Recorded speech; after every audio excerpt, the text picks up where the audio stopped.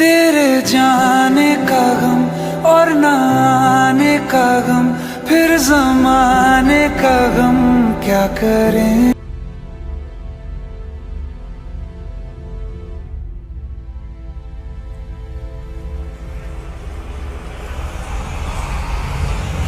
Hello friends, कैसे हैं आप लोग? उम्मीद करते हैं कि अच्छे होइएगा। आज का जो आपके लिए जो क्लास लाया हूँ वो है फिजिक्स का।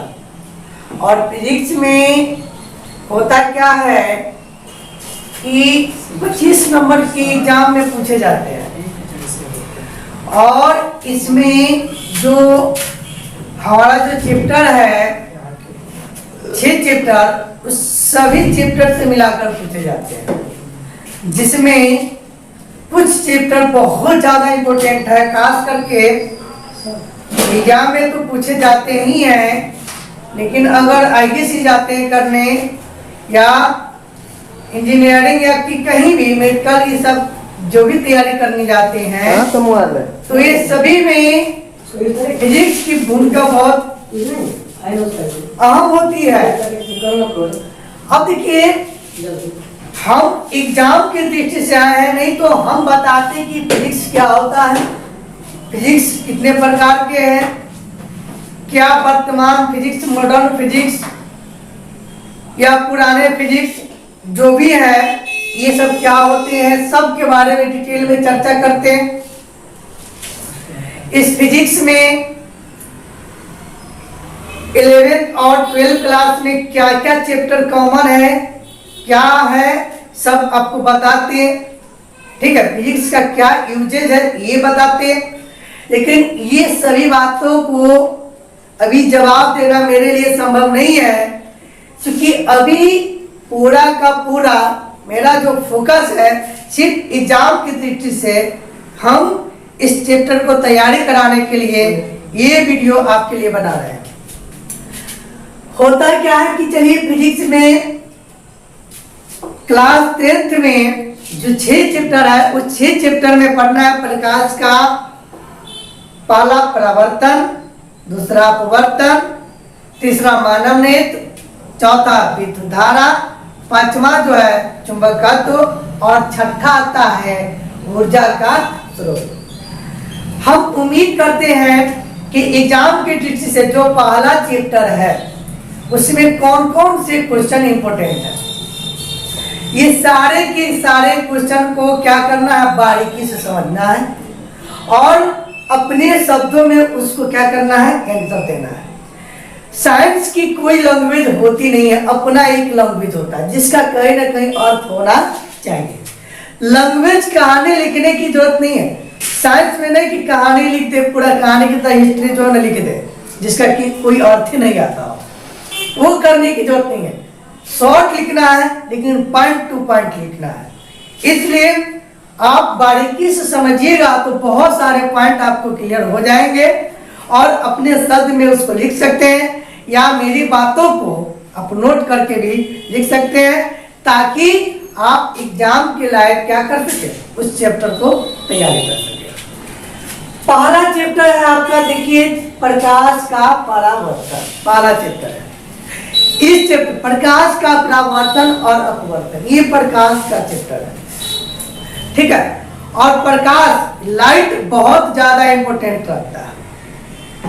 अब 12th क्लास में भी लाइट पढ़ना है, बहुत ज्यादा इंपॉर्टेंट रहता है, इसलिए इसको थोड़ा बारीकी से समझिएगा। इसमें सबसे पहले आपको जितने सारे टॉपिक है, जैसे प्रकाश क्या है, किरण क्या होता है, प्रदीप का प्रदीप, ठीक है, उसके पारदर्शी और पारदर्शी प्रकाश किरण, पुंज किरण, ये सारे तमाम टॉपिक को आपको पढ़ना है। यदि इस साल एग्जाम नहीं देना है तब अगले साल के लिए यदि पढ़ते हैं तो सारे टॉपिक को डिफाइन करना है। जब तक टॉपिक को डिफाइन नहीं करेंगे तब तक हम स्पष्ट रूप से ना तो समझ सकते हैं और ना ही ऑब्जेक्टिव का आंसर भी दे सकते हैं, इसलिए बहुत ज्यादा जरूरी पड़ता है। लेकिन हम लोग का जो समय लॉस हुआ है, इसलिए हम लोग इम्पोर्टेंट जितने भी क्वेश्चन हैं उस पर फोकस करेंगे। फिलहाल ये वीडियो आपके लिए, उस स्टूडेंट के लिए है जो 2021 में एग्जाम देने वाले हैं, समझ गए? उसी के लिए सिर्फ ये वीडियो है, जो सिर्फ इम्पोर्टेंट क्वेश्चन पर क्या करना है, चर्चा करना है। अगर यदि वैसे आपको लगता है कि किसी प्रकार का ऑब्जेक्टिव या इस चैप्टर से बताने पर भी आपको कहीं ना कहीं प्रॉब्लम हो, तो आप हमें कमेंट और एक सुझाव दीजिएगा, मैसेज दीजिएगा, मैं उसका भारी रहूंगा। चलिए हम पहला क्वेश्चन की चर्चा करते हैं। पहला क्वेश्चन आपके पास आता है कि प्रकाश का परावर्तन क्या है। जैसा कि देखिए, प्रकाश का परावर्तन क्या है, पहला क्वेश्चन। इसी के साथ आता है प्रकाश के परावर्तन क्या है तथा इनके कितने नियम होते हैं, तथा इनके नियमों को लिखे। इनके नियमों को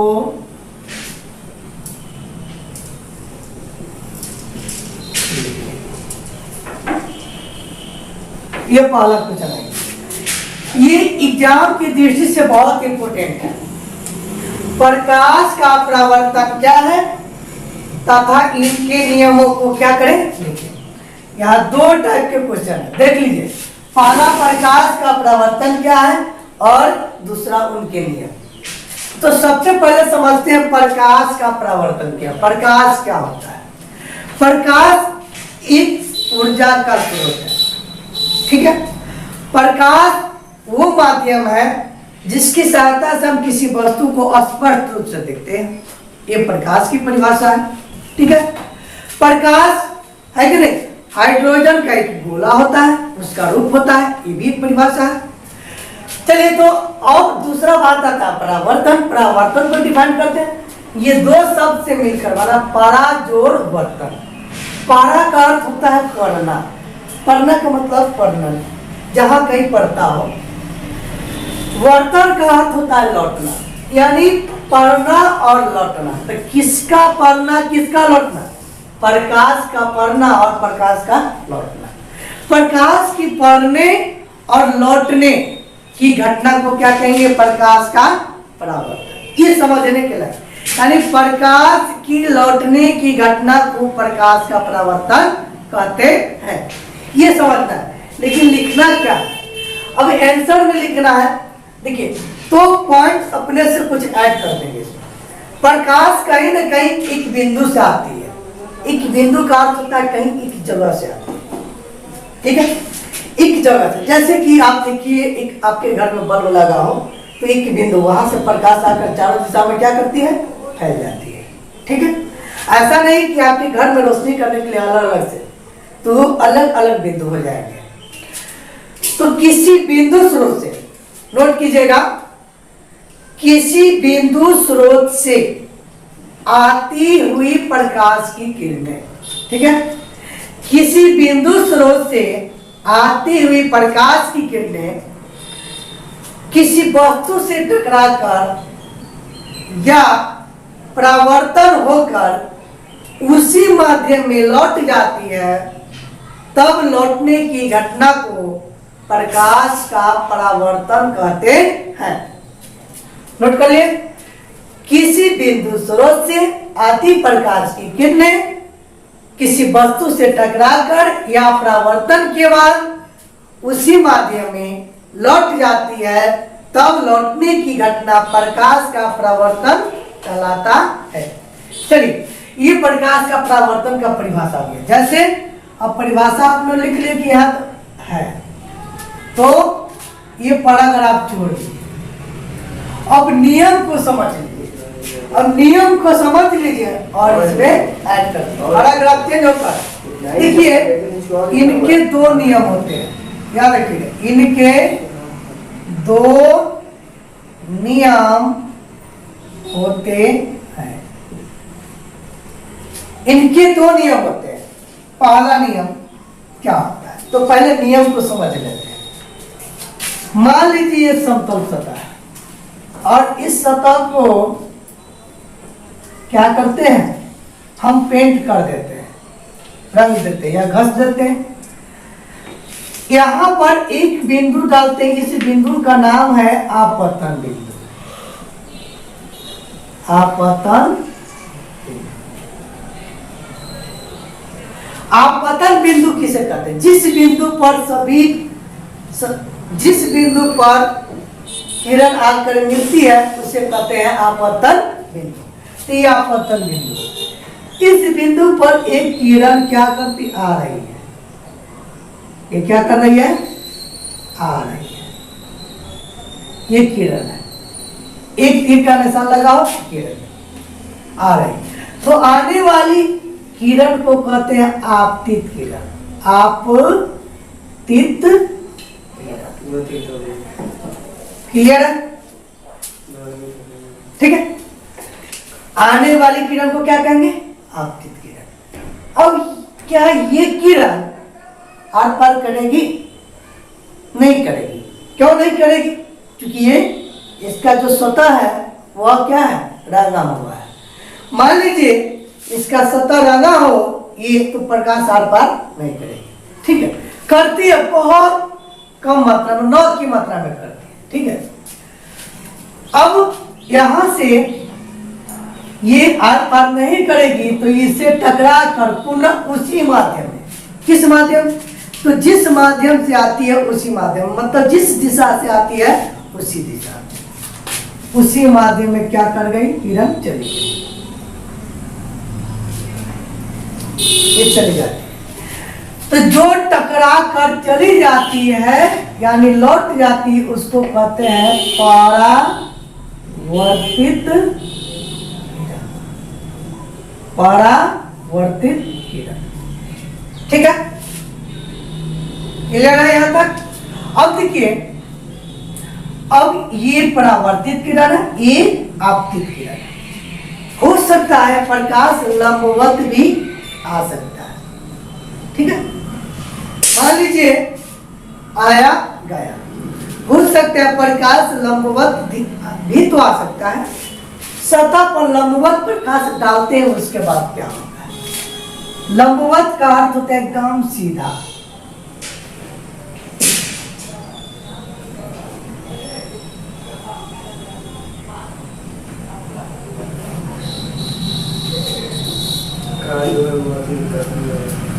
लंबवत प्रकाश डालती। जब लंबवत प्रकाश डलाता है उसको कहते हैं अभिलंब, ठीक है।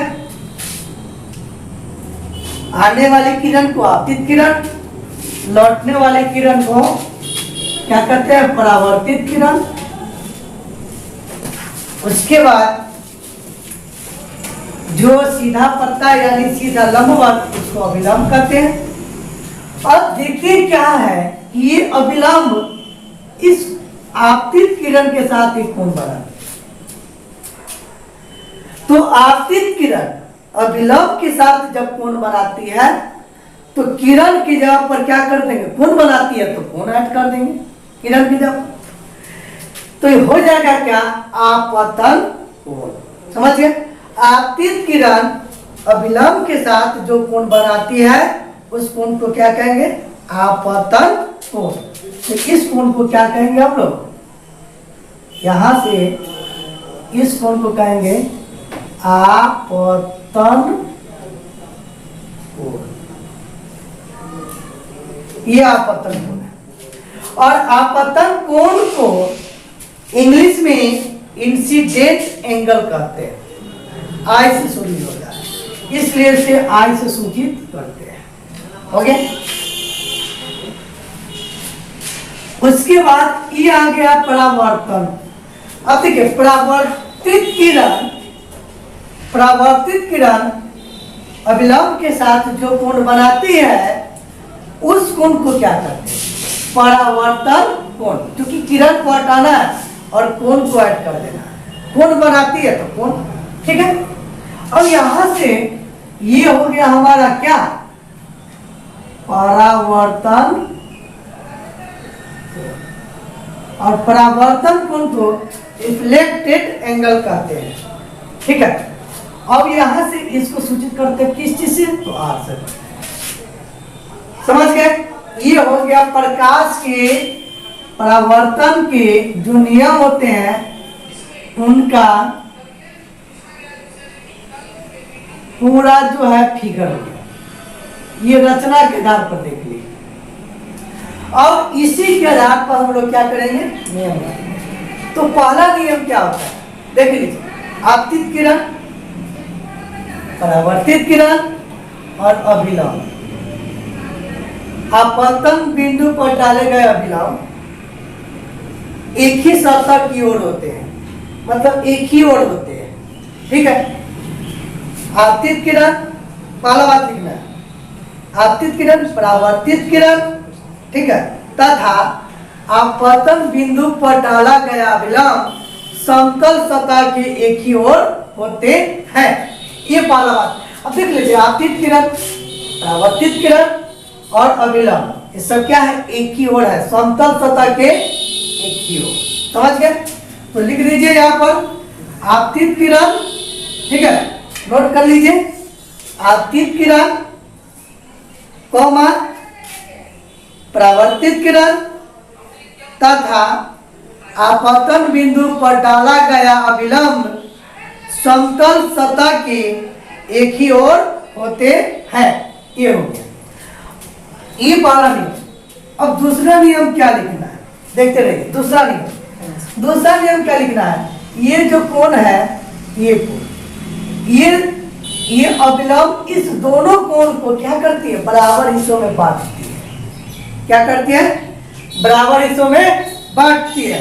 तो बराबर हिस्सों में बांटती है मतलब कि ये कोण और ये कोण दोनों आपस में क्या हो जाएगा, बराबर।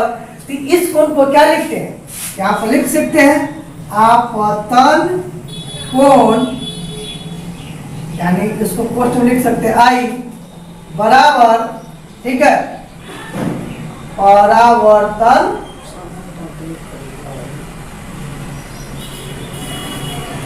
ठीक है। दो नियम होते हैं। पैराग्राफ पहले क्या करना है, इसको लिख लेना है, पैराग्राफ छोड़ के इनके दो नियम होते हैं, ये लिखना है।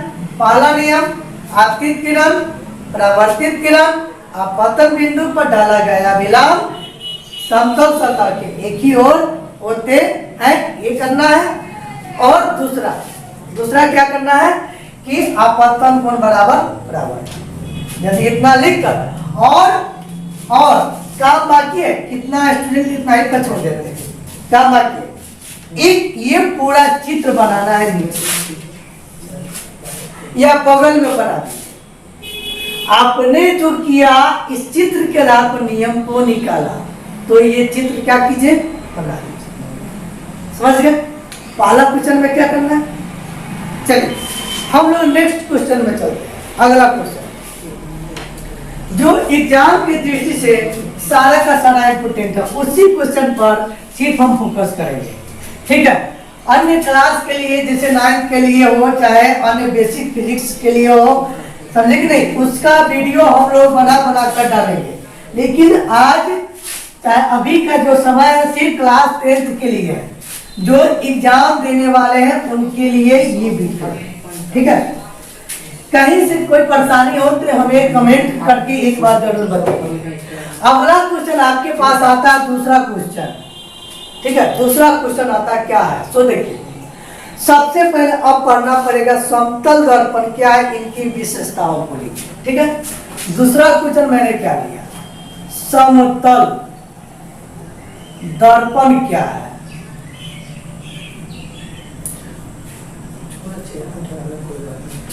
इनकी विशेषताओं को लिखें।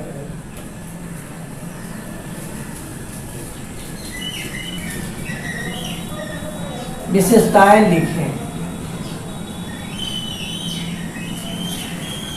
विशेषता लिखना है समतल दर्पण के नाम से स्पष्ट है, देख लीजिए। सम जोड़ तल, सम का अर्थ होता है बराबर और तल का अर्थ होता है सतह, जिसका सतह क्या हो, समान हो। दर्पण का अर्थ क्या होता है, शीशा। वैसा शीशा जिसका सतह क्या हो, समान। अब सतह जिस पर टिकता सतह, जैसे ये है इस पर टिका तो ये सतह हो गया, ऐसा रखते हैं तो ये इसका सतह हो गया।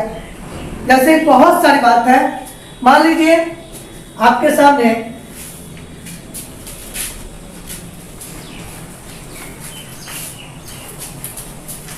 इसका सतह कौन सा हो जाए, तो इसका सतह ये हो जाए, ठीक है। तो सतह क्या होना चाहिए, पूरे के पूरे समान होना चाहिए।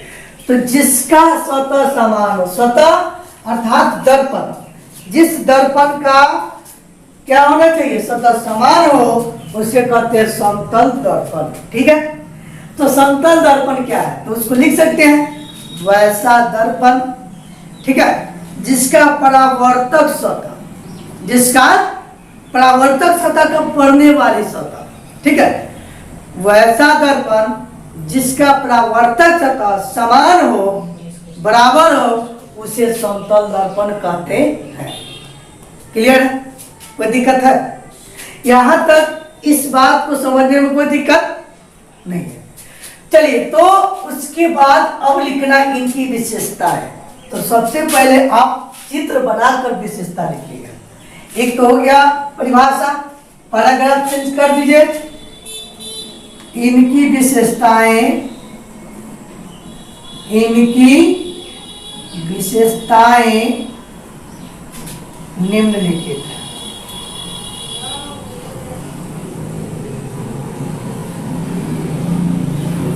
निम्नलिखित है। पहला विशेषता करना है, चित्र बनाकर करेंगे, ठीक है। पहले समतल दर्पण बना, देख लीजिए यही समतल दर्पण है, ठीक है। इसको मान लीजिए ए बी,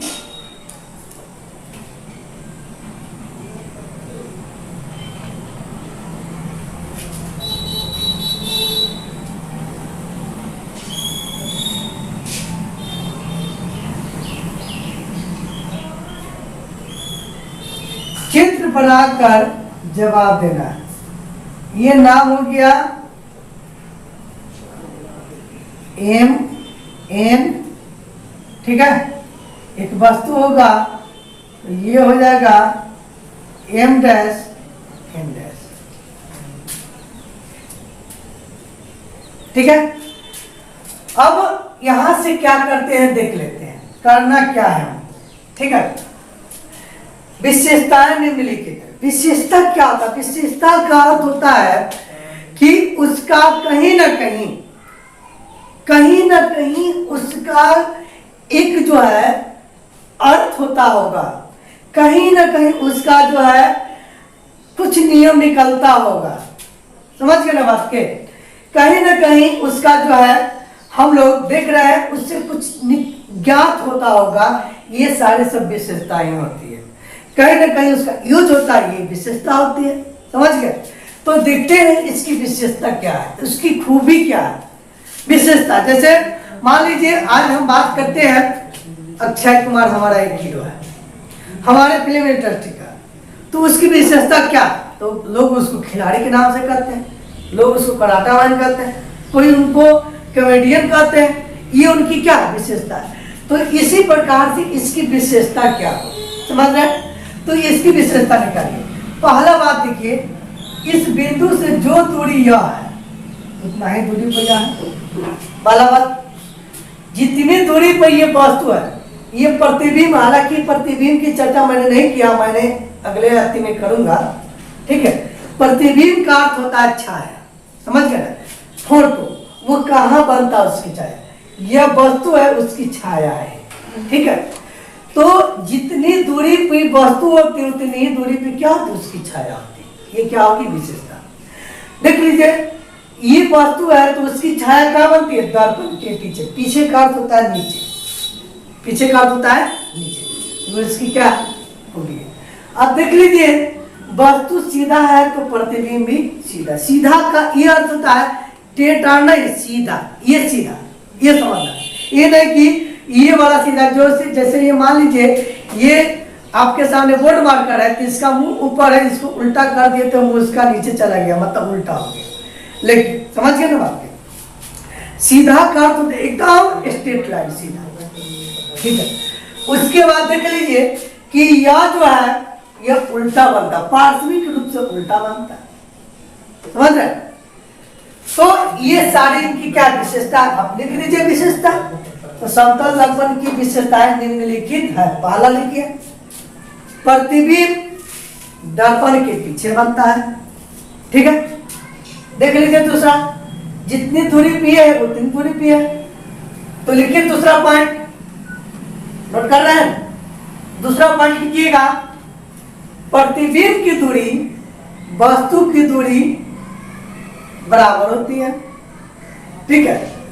या उसी में दूसरे भाषा में भी लिख सकते हैं, जितनी दूरी पर प्रतिबिंब बनती है, ठीक है, जितनी दूरी पर प्रतिबिंब बनती है, सॉरी, जितनी दूरी पर वस्तु रखी जाती है उतनी ही दूरी पर प्रतिबिंब बनती है, ठीक है। ये भी लिख सकते हैं, चाहे आप सबसे सिंपल भाषा में लिखिए, प्रतिबिंब की दूरी वस्तु की दूरी की बराबर होती है, हो गया। उसके बाद तीसरा पॉइंट लिखिएगा, प्रतिबिंब, ठीक है, प्रतिबिंब सीधा बनता है। चौथा पॉइंट कर दीजिए, प्रतिबिंब पार्श्विक से उल्टा बनता है, ठीक है। जहां पार्श्विक होता है तो आभासी हो जाता है, ठीक है। अगला पॉइंट करते हैं, प्रतिबिंब आभासी महसूस होता है। ये सारी इसकी क्या विशेषता है, तो आप उसी विशेषता में से 2 या 3 विशेषता कर दीजिए, कोई दिक्कत है? चलिए, तो ये क्वेश्चन भी कंप्लीट हो गया। उम्मीद करते हैं कि आप लोगों को समझ में आ रहा होगा। यदि नहीं आता होगा तो एक बार कमेंट कीजिए, दूसरे भाषा में भी हम आपको 100% समझाने का प्रयास करेंगे। मेरा मकसद एक ही है कि आप एग्जाम में इस सारे तमाम क्वेश्चन की तैयारी के दम पर आप अच्छे मार्क्स उठाएं। चलिए, तीसरा क्वेश्चन है आपका, चलते हैं हम लोग, प्रतिबिंब क्या होता है। क्योंकि प्रतिबिंब हमें पहले पढ़ना था, लेकिन बाद में ही करते हैं। प्रतिबिंब क्या है, प्रतिबिंब क्या है, ठीक है। यह कितने प्रकार के होते हैं,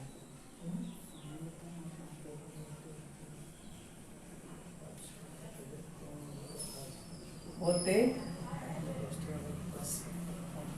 चलिए, ये तीसरा क्वेश्चन है, प्रतिबिंब क्या है, यह कितने प्रकार के होते हैं। तो सबसे पहले यहां देख लीजिए, प्रतिबिंब, बिंब का अर्थ क्या होता है, बिंब का अर्थ होता है वस्तु, ठीक है। प्रति का अर्थ होता है एक वस्तु, एक वस्तु। जब एक वस्तु के बदले दूसरी वस्तु बनती है तो क्या कहलाती है वो, प्रतिबिंब। अब जब एक वस्तु के बदले दूसरी वस्तु कब बनेगी, किसकी उपस्थिति में बनेगी। अब देख लीजिए, यहाँ पर हम आपके सामने एक बोर्ड मार्कर को लिए और ये बोर्ड मार्कर एक है और इसका कहीं ना कहीं एक वस्तु बनती होगी। एक वस्तु के बदले दूसरी वस्तु, अर्थात उसको कहते हैं छाया। इसको क्या कहते हैं, दूसरी भाषा में इसको छाया भी कहते हैं, ठीक है। तो एक वस्तु के बदले दूसरी वस्तु बनती है, उसी को प्रतिबिंब या छाया कहते हैं। ये कब बनती है, तो प्रकाश की उपस्थिति में बनती है। जब तक प्रकाश नहीं रहेगा तब तक प्रतिबिंब नहीं बनेगा। क्या सब ठीक है? चलिए, तो ये प्रतिबिंब है। किसी प्रकार का सुझाव देना चाहते हैं तो दे सकते हैं। चलिए, तो एक वस्तु के बदले जब दूसरी वस्तु बने तो उसको क्या कहते हैं, प्रतिबिंब। तो हम लोग ये समझने वाली भाषा हो गई, लेकिन एग्जाम की दृष्टि से भाषा कहीं ना कहीं हम लोग को ऐड करना पड़ेगा, लिखना पड़ेगा, ठीक है। तो मेरा एक अपना अलग भाषा है, हम किसी फिजिक्स की भाषा की नकल नहीं करते। अब मिलाइएगा कि मेरी जो भाषा है उस भाषा से कहीं ना कहीं अलग है, लेकिन सेंस एक है। समझ गए ना बात? तो आप लिख सकते हैं। तैयार है? चलिए, देखिए, किसी बिंदु स्रोत से आती हुई प्रकाश की किरणें, क्योंकि मैंने बताया था जब तक प्रकाश नहीं रहेगा तो प्रतिबिंब नहीं बनेगा। अब देखिए, यह तो ये प्रकाश की उपस्थिति में दिख रहा है, अगर प्रकाश नहीं, इसको अगर रात में अगर यहाँ पर करें क्या बन पाएगा? बनेगा नहीं तो बनेगा, तो नहीं बनेगा, वो क्या कहलाता है? समझ गए? देखिए, किसी बिंदु स्रोत से आती हुई प्रकाश की किरणें, ठीक है, परावर्तन के बाद किसी बिंदु पर मिलती हुई मालूम पड़ती या मिल जाती है, तब उस बिंदु को हम क्या कहते हैं? प्रतिबिंब। समझ गए? ये प्रतिबिंब। फिर से समझ लीजिए एक बार फिर से, किसी बिंदु स्रोत से आती हुई प्रकाश की किरणें किसी दर्पण से टकराकर पुनः उसी माध्यम में, चाहे जिस बिंदु पर मिलती है या मिलती हुई मालूम पड़ती है, उसे हम उस बिंदु का क्या करते हैं? प्रतिबिंब करते हैं। ठीक है? ये कितने प्रकार के होते हैं? तो 2 प्रकार के होते हैं। वास्तविक, ठीक है, वास्तविक, दूसरा आभासी या काल्पनिक। ठीक है, तो आपने ये लिख लिया, अब प्रतिबिंब के प्रकार लिख लीजिए। प्रतिबिंब के प्रकार।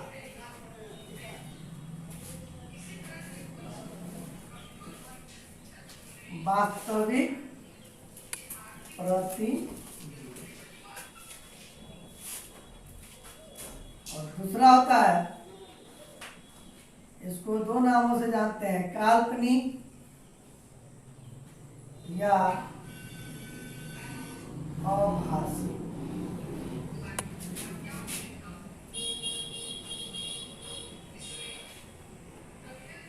इसको इंग्लिश में कहते हैं real image,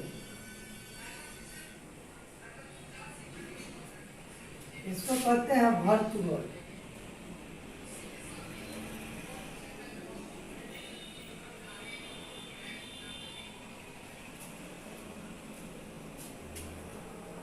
real image, virtual image, ये कहते हैं। अब आ गया वास्तविक प्रतिबिंब क्या होता है और काल्पनिक प्रतिबिंब क्या होता है। इसके बारे में खैर इतना ही हमको लिखना है एग्जाम में, लेकिन हो सकता है आपको क्वेश्चन बदल कर पूछ दे कि वास्तविक प्रतिबिंब और आभासी प्रतिबिंब में क्या अंतर है। ये भी नोट कर लीजिए, कहीं ऐसा भी पूछ दे, वास्तविक प्रतिबिंब और आभासी प्रतिबिंब में क्या अंतर है। तो याद रखिएगा, वास्तविक प्रतिबिंब पहले लिख कर डैश दे दीजिएगा, ठीक है। उसके बारे में पहले लिख कर तब हम लोग चलेंगे काल्पनिक प्रतिबिंब के बारे में, ठीक है। अब बताते हैं वास्तविक प्रतिबिंब क्या होता है। यदि ये प्रतिबिंब की परिभाषा आपको आता होगा तो वास्तविक प्रतिबिंब हमको रखने में कोई दिक्कत नहीं है, समझने में कोई दिक्कत नहीं है, ठीक है। यदि आपको ये प्रतिबिंब की परिभाषा आता होगा तो काल्पनिक प्रतिबिंब की जवाब देने में मुझे कोई दिक्कत नहीं, सिर्फ उसी में कुछ अंतर कर देना। देख लीजिए क्या अंतर करते हैं। एक बात याद रखना, प्रतिबिंब किसे कहते हैं ये याद रखना है, और उसी से निकालेंगे क्या, वास्तविक और काल्पनिक दोनों की परिभाषा निकालेंगे।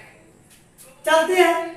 हमने क्या देखा, हमने सुना कि किसी बिंदु स्रोत से आती हुई प्रकाश की किरणें परावर्तन के बाद किसी बिंदु पर मिल जाती है या मिलती है, मिल जाती है या मिलती है। तो जब मिलती है अर्थात ये निश्चित करता मिलती है, तो जब मिलती है अर्थात वास्तविक प्रतिबिंब, और मिलती हुई मालूम पड़ती है, मालूम का अर्थ होता है हमको अंदाजा करता है, ऐसा मिलता होगा, आभास करता होगा, समझ गए, कल्पना करता होगा, कल्पना करा मिलेगा, मिलता है, समझ गए, अंतर है। मिलती है और मिलती हुई मालूम पड़ती है, ये अंतर है। मिलती है जिसको देखते हैं आंख से, देख लेते हैं क्लियर, अब मिलती हुई मालूम पड़ती है, इसको हम क्लियर रूप से नहीं देखते हैं। चलिए फ्रेंड्स, हम लोग आ रहे थे क्वेश्चन पर, बहुत अच्छी बात है, थोड़ा रेस्ट कर लिए, गला का कुछ प्रॉब्लम था, जानते हैं कि नहीं, तो थोड़ा पानी उनी लिए, अभी थोड़ा देर के लिए रेस्ट ले लीजिए। चलिए फिर से चलते हैं, हमारा जो टारगेट है उस पर क्वेश्चन पे आइए। क्वेश्चन पे आइए कि क्वेश्चन कहता था कि प्रतिबिंब क्या है या कितने प्रकार के, तो मैंने बताया था प्रतिबिंब की परिभाषा याद रखिए, और उसकी परिभाषा की मदद से हम सब परिभाषा पर डिफाइन करेंगे। कैसे? तो सबसे पहले प्रतिबिंब किसे कहते हैं वो याद रखिए। किसी बिंदु स्रोत से आती हुई प्रकाश की किरणें, ठीक है, किसी बिंदु स्रोत से आती हुई प्रकाश की किरणें परावर्तन के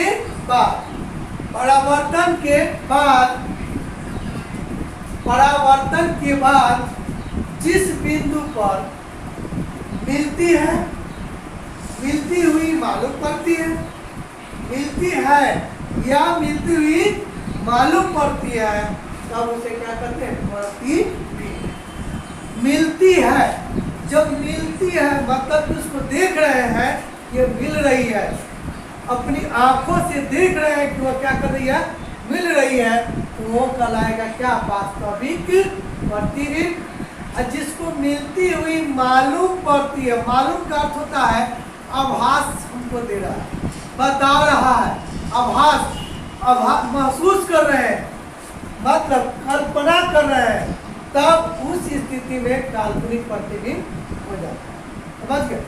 इसी परिभाषा के सब कुछ वही, मिलती है तो वास्तविक प्रतिबिंब, और मिलती हुई मालूम पड़ती है तो क्या कहलाएगा? आपको काल्पनिक प्रतिबिंब या अवास्तविक प्रतिबिंब। समझ गए? चलिए, तो उसी प्रकार से पहले इसकी परिभाषा लिखते हैं, तब ये सब लिख लेंगे। किसी बिंदु स्रोत से आती हुई प्रकाश की किरणें परावर्तन के बाद जिस बिंदु पर मिलती है या मिलती हुई मालूम पड़ती है, तब उसे कहते हैं प्रतिबिंब। समझ गया? ये कितने प्रकार के होते हैं? 2 प्रकार के। कौन कौन? वास्तविक प्रतिबिंब और काल्पनिक प्रतिबिंब या आभासी प्रतिबिंब, या उसी को कह सकते हैं आप अवास्तविक प्रतिबिंब। ठीक है, तो ये है। अब क्वेश्चन होता है क्या कि जो मैंने क्वेश्चन दिखा, इसी में कहीं ना कहीं आपसे पूछ दे कि वास्तविक प्रतिबिंब और काल्पनिक प्रतिबिंब में क्या अंतर है, क्या अंतर है? तो सबसे पहले अंतर जब लिखना हो तो सबसे पहले वास्तविक प्रतिबिंब लिख कर पहले वास्तविक प्रतिबिंब की सारी बात लिखेंगे पॉइंट टू पॉइंट। उसके बाद पैराग्राफ चेंज करके काल्पनिक प्रतिबिंब के बारे में लिखेंगे पॉइंट टू पॉइंट। तो मेरा पहला बात आता है क्या? वास्तविक प्रतिबिंब। वास्तविक प्रतिबिंब, तो पहले वास्तविक प्रतिबिंब, अगर काल्पनिक प्रतिबिंब में अंतर पूछता है तो पहले वास्तविक प्रतिबिंब लिखकर अब डैश दे दीजिए। अब होता क्या है कि इसमें पॉइंट टू पॉइंट पहला पॉइंट लिखकर डैश दीजिएगा। डैश सॉरी नहीं, पहला पॉइंट देख लीजिए क्या कहलाता है पहला पॉइंट, उसका पहले परिभाषा दे। परिभाषा क्या होता है? जो प्रतिबिंब का होता है वही होता है, सब कुछ वही। जैसे किसी बिंदु स्रोत से आती हुई प्रकाश की किरणें दर्पण से परावर्तन के बाद जिस बिंदु पर मिल जाती है, तब उसे उस बिंदु स्रोत का हम क्या कहें? वास्तविक। ठीक है, समझ पा रहे हैं? क्लियर है? चलिए, उसके बाद उसमें दूसरा पॉइंट, पहला पॉइंट में ही है, दूसरा पॉइंट वास्तविक प्रतिबिंब। आप याद रखिएगा हमेशा उल्टा प्राप्त होता है, वस्तु की अपेक्षा कैसा बनता है? तो दूसरा पॉइंट लिखिए वास्तविक प्रतिबिंब वस्तु की अपेक्षा उल्टा प्राप्त होता है। समझ गए? तीसरा पॉइंट वास्तविक प्रतिबिंब देखिए। वास्तविक प्रतिबिंब को पर्दे पर प्राप्त किया जाता है। समझ गए? वास्तविक तीसरा पॉइंट कितना है? वास्तविक प्रतिबिंब को पर्दे पर प्राप्त किया जाता। चलिए ये हो गया तीसरा पॉइंट। और भी इसमें सारे पॉइंट सबको जोड़ सकते हैं, लिख सकते हैं। ठीक है, वास्तविक प्रतिबिंब सीधा 14 पॉइंट भी जोड़ सकते हैं, जोड़ दीजिए। वास्तविक प्रतिबिंब सीधा उल्टा, समझ गए, दोनों प्राप्त, सॉरी, वास्तविक प्रतिबिंब आपको वस्तु से छोटा, वस्तु के बराबर और वस्तु से बड़ा तीनों प्राप्त होता है। लेकिन खास करके इसमें वास्तविक प्रतिबिंब वस्तु की अपेक्षा बड़ा प्राप्त होता है। वस्तु की अपेक्षा बड़ा, खास करके मतलब ज्यादा से ज्यादा वास्तविक प्रतिबिंब वस्तु की अपेक्षा वो क्या होता है? बड़ा बनता है। समझ गए? कैसा बनता है? उल्टा बनता है। तो आप ये भी पॉइंट कर सकते हैं कि वास्तविक प्रतिबिंब है कि नहीं, वस्तु की अपेक्षा सीधा वस्तु की अपेक्षा आपको आ जाएगा वस्तु से छोटा, वस्तु के बराबर और वस्तु से बड़ा तीनों प्राप्त होता है। ये भी कर चलेगा। और ये चारों का चारों जो पॉइंट है इस सब का उल्टा कर दीजिए। किसमें? कर दीजिएगा। उम्मीद रखते हैं कि आप लोग कर दीजिएगा। देख लीजिए, पहले काल्पनिक प्रतिबिंब को लिखकर डैश दे दीजिए। काल्पनिक प्रतिबिंब की पहले परिभाषा लिखिए कि किसी बिंदु स्रोत से आती हुई प्रकाश की किरणें किसी वस्तु से परावर्तन, किसी बिंदु स्रोत से आती हुई प्रकाश की किरणें परावर्तन के बाद जिस बिंदु पर मिलती हुई मालूम पड़ती है, कल्पना कर रहा है, मालूम पड़ती है, तब उस बिंदु स्रोत का हम काल्पनिक प्रतिबिंब या आभासी प्रतिबिंब या अवास्तविक प्रतिबिंब कहते हैं। इसको तीनों नाम देते। उसके बाद उसमें दूसरा पॉइंट लिखिएगा। इसका दूसरा पॉइंट क्या था कि वह उल्टा प्राप्त होता है। या क्या होता है? उल्टा क्या होता है? सीधा लिखिएगा। काल्पनिक या आभासी प्रतिबिंब वस्तु के अपेक्षा सीधा प्राप्त होता है या सीधा बनता है। तीसरा पॉइंट क्या लिखे थे कि इसको पर्दे पर प्राप्त किया जा सकता है। इसको लिख दीजिए, इसे पर्दे पर प्राप्त नहीं किया जा सकता है। क्लियर है?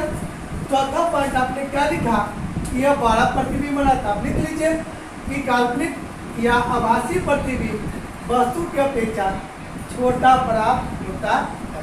ये भी आप लिख सकते हैं। तो ये क्या हो गया हमारा? इस क्वेश्चन को भी आप कर सकते हैं। ये 3 क्वेश्चन हो गया। हम लोग चौथा क्वेश्चन चल रहे हैं। हम चाहते हैं 4 क्वेश्चन करके आपको चैप्टर को तैयारी करें। मतलब आज के लिए जो है मेरा लास्ट क्वेश्चन है। फिर अगले वीडियो के लिए आपके इसी चैप्टर पे आप लोग बुलाइए नहीं, घबराइए नहीं कि सर बस यही 4 क्वेश्चन पढ़ा कर खत्म कर दिए। ऐसी बात नहीं है। एक हम लोग का निश्चित पीरियड होता है, उस समय के अंतर्गत जो 4 क्वेश्चन है उतना ही हमको करना है। अगले वीडियो के लिए फिर हम अलग अलग से क्वेश्चन, नंबर ऑफ क्वेश्चन बढ़ाएंगे और उसमें आपको समझाएंगे। चलिए चौथा क्वेश्चन है कि इम्पोर्टेंट गोलीय दर्पण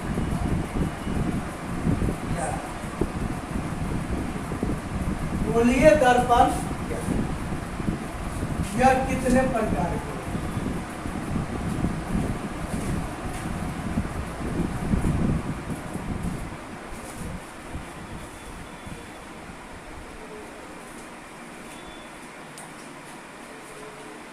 गोलीय दर्पण क्या है, यह कितने प्रकार के होते हैं? ये भी समझना, ये भी क्वेश्चन सही है। अब चलिए इसका आंसर हम लोग देते हैं। उत्तर क्या लिखते हैं देखिएगा। गोलीय नाम से स्पष्ट, गोलीय मतलब गोला से, किसे? गोला से। और गोला के बारे में आप लोग 9th क्लास में पढ़ा होगा। वह क्या होता है? वो क्या होता है? वह खाली होता है, यानी उसकी आंतरिक भाग पूरा क्या होता है? पूरा का पूरा खाली होता है। तो ये खाली वाला गोला है। और दर्पण का अर्थ अभी आपने पढ़ा शीशा, जैसा कि समतल दर्पण मतलब पूरा खाली शीशा, समझ गए? पूरा खाली शीशा क्या कहलाएगा? गोलीय दर्पण। तो आप उसका आंसर लिख सकते हैं बहुत प्रकार से। गोलीय दर्पण क्या लिखिए? वैसा दर्पण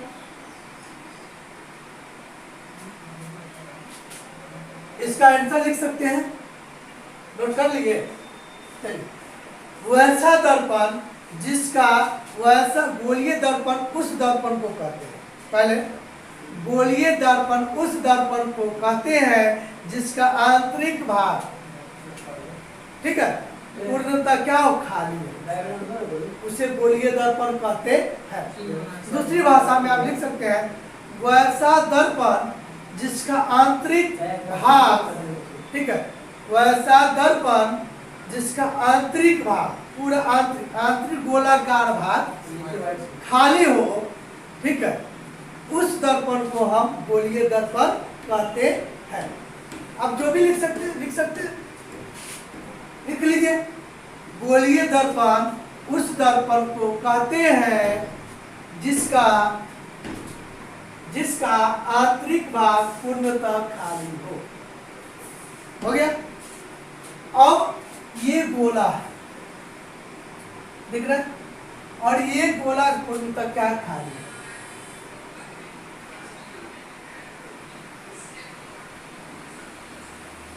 एक बार अंदर से एक बार बाहर से इसमें क्या करते हैं? ये पूर्णतः क्या है?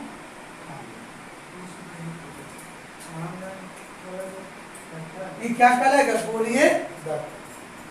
इसको दो भागों में बांटते हैं। इसको क्या भागों में बांटते हैं?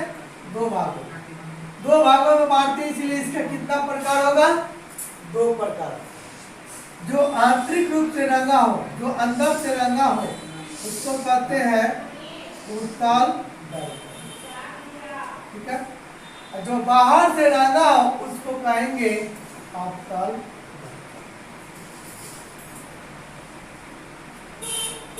जो अंदर से घसा हो, रंगा हो या रचित किया हो उसको कहेंगे उत्तल दर्पण। जो बाहर से क्या उभरा हुआ हो या रंगा हो या रचित किया हो, या समझ गए ना आपके, उसको क्या कहेंगे? अवतल। तो गोलीय दर्पण की परिभाषा समझ गए। आप लिखना है ये कितने प्रकार के होते हैं, तो आप जान लीजिए कितने प्रकार के होते हैं। तो 2 प्रकार के होते हैं, एक में उत्तल दर्पण, दूसरा में अवतल। फ्रेंड्स, आज हम लोग 4 क्वेश्चन की चर्चा किए हैं। सिर्फ 4 पार्ट 1 है। सिर्फ एग्जाम की दृष्टि से मैं 4 क्वेश्चन के बारे में आपको बताया, अपनी भाषा में बताया। यदि आपको मेरी भाषा उसे मिलाकर अलग भाषा अगर बनाना, वो भी बहुत अच्छी बात है। आप उस प्रकार से तैयारी कर सकते हैं। आप एक लैंग्वेज बनाइए, उसको लिखिए और ये 4 क्वेश्चन को प्रैक्टिस कीजिए, ठीक है। मैं नेक्स्ट वीडियो में अगले जो शेष क्वेश्चन आ गए हैं उसके लिए मैं क्या करूंगा, फिर मैं आऊंगा लेकर, फिर आपको लोगों को समझाऊंगा। तब तक के लिए बाय बाय, टेक केयर।